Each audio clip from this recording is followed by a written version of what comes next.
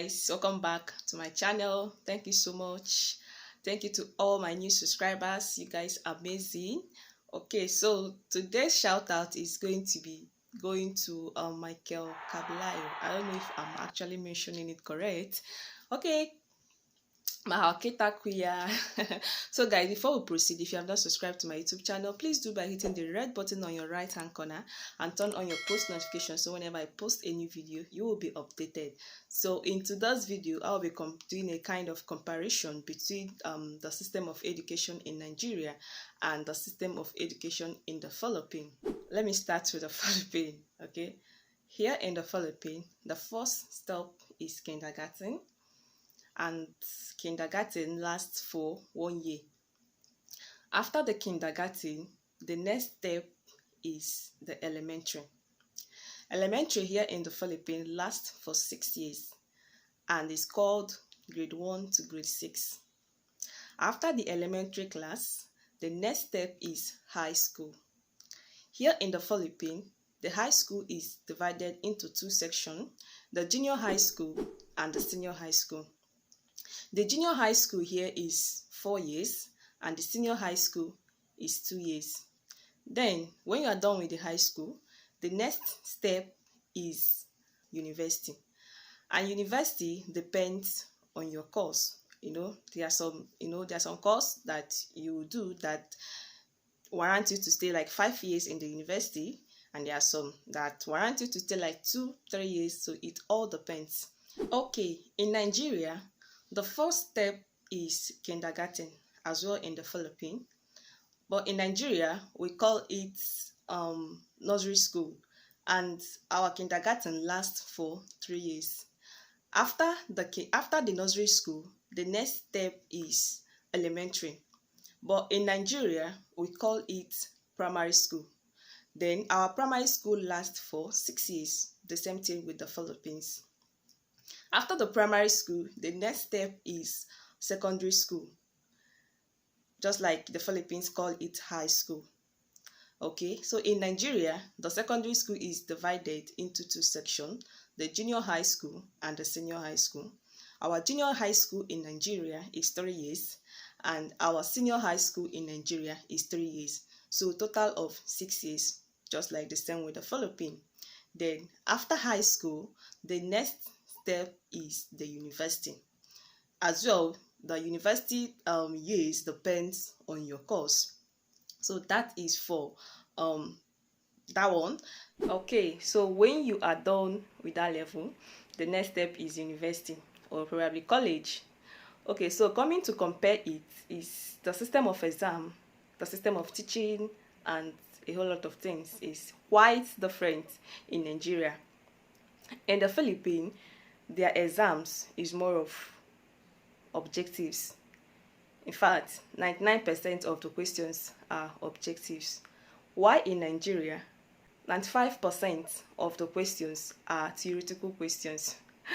So when I came here around 2016, not knowing their system of exams is quite difficult for me, because my first exam was nothing to write home about. Here in the Philippines, is quite rare for your instructor to ask you theoretical questions.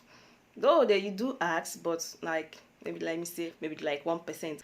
So that's why I said their questions is 99% objectives. If at all you will see theoretical questions in it, maybe like 1%, unlike Nigeria where we read more of theories. Then the system of exam in the Philippines is different in Nigeria. In the Philippines, in a semester, we write 4 exams. So the exams is divided into 4 sections: the prelim, the midterm, the semi-finals, and the finals. That is 4 exams. You have 4 exams to write in a semester. Okay, so definitely every month we write exams here. Then in Nigeria, we only write exam at the end of every semester, and it's 1 exam. Just 1 exam at the end of the semester.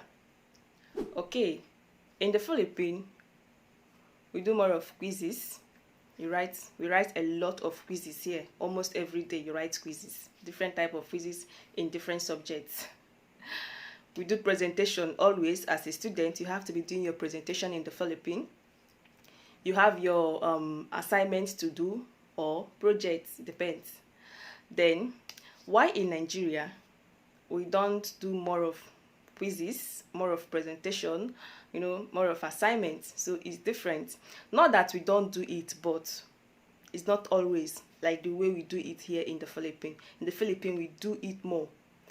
We do it in Nigeria, but sometimes it depends if the instructor is that too serious type. Sometimes you don't even have to do anything. You don't even have to do presentation, no quiz. Okay, then coming to the grading, the passing grade here in the Philippines is 75%. Why in Nigeria it is 50%. But it's more easier for you to pass here in the Philippines than in Nigeria. Why? Because here in the Philippines, the exams has its own score. I think the total exam for the semester should be like 60%. Then your quizzes has its own scores. Your presentation has its own percentage. Your research, your assignment has its own percentage. Then your attendance, class attendance, because here in the Philippines they don't joke with attendance. Okay, so all this has their own percent. I think the presentation, the quizzes, the research work and attendance is like 40%. Then the rest of the exams are 60%. So you have much places to get percentage, if you may ask me. So it's more easier for you to pass in the Filipino. Like in Nigeria, we don't do much of those quizzes, we don't do much of those presentation, we don't do much of those assignments. So, and our exam comes at the end of every semester, and you have to read hard for it. So it is more harder for you to pass in Nigeria, if you may ask me.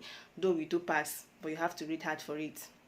Then in the Philippines, if you fail at the end of the semester, your grade is not up to the 75%. Your instructor may still give you a grace of remedial. Like you retake the exam, they will give you another exam, you will rewrite it. Sometimes if you fail again, depends on the instructor, they will still give you the second grace.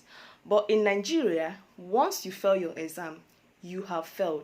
There is nothing like remedial, there is nothing like grace. So you have to read like your life depends on it, because the first chance you miss, that's the end. So that's the difference. Okay, so here in the Philippines, once you are done with your high school, the next step is to go to the university of your choice, buy their form, and start studying the course of your choice. Very easy. Why in Nigeria, when you are done with high school, you have to write a prerequisite exam, which we call it JAMB in Nigeria. Then this prerequisite exam will determine if you pass a particular university. But most of the times, this JAMB or whatever is not all about being intelligent. It's not all about, oh, I read very well. Sometimes it's all about connection in Nigeria. Most students is our problem there, because each course has its own particular percentage you have to get before you be admitted to study that particular course. But sometimes most students fail it. It's possible you take this almighty exam.